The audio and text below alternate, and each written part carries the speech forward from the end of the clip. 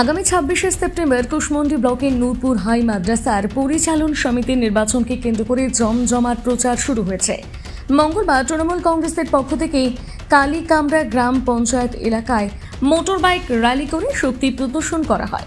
এই র্যালিতে উপস্থিত ছিলেন কালীকামরা তৃণমূল অঞ্চল সভাপতি বদরুদ্দিন আহমেদ, কুশমন্ডি পঞ্চায়েত সমিতির শিক্ষা কর্মাধ্যক্ষ জাহাঙ্গীর আলম, তৃণমূলের নির্বাচন কনভেনার আজিবুল হোসেন, কালীকামরা গ্রাম পঞ্চায়েতের উপপ্রধান শামসের আলী, তৃণমূল নেতা জাকির হোসেন, সোহেল সাইদি, হায়দার আলী প্রমুখ। তৃণমূল নেতৃত্বের দাবি, আগামী 26 তারিখে নূরপুর হাই মাদ্রাসার পরিচালন সমিতির নির্বাচন। সেই নির্বাচনে 6টি আসনে বিপুল ভোটে জয়লাভ করবে বলে জানান।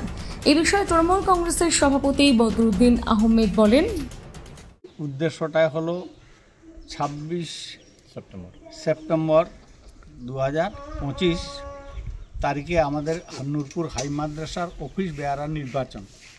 এই অফিস বেয়ারার নির্বাচন উপলক্ষে আজকে 7 নম্বরের আমাদের বাইক র্যালি হলো।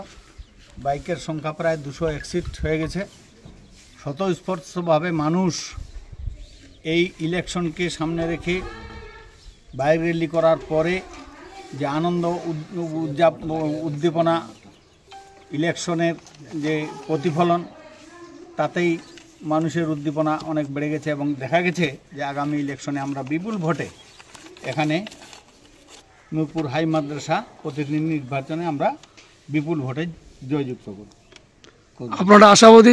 আপনাদের 6টা ক্যান্ডিডেটের মধ্যে 5টা ক্যান্ডিডেট দেখতে পাচ্ছি, একটা ক্যান্ডিডেট কি আপনারা দিতে পারেননি না উইনার হয়ে গেছে? কেমন? আমাদের 5টা ক্যান্ডিডেট আমাদের আছে, টোটাল 6টা ক্যান্ডিডেট।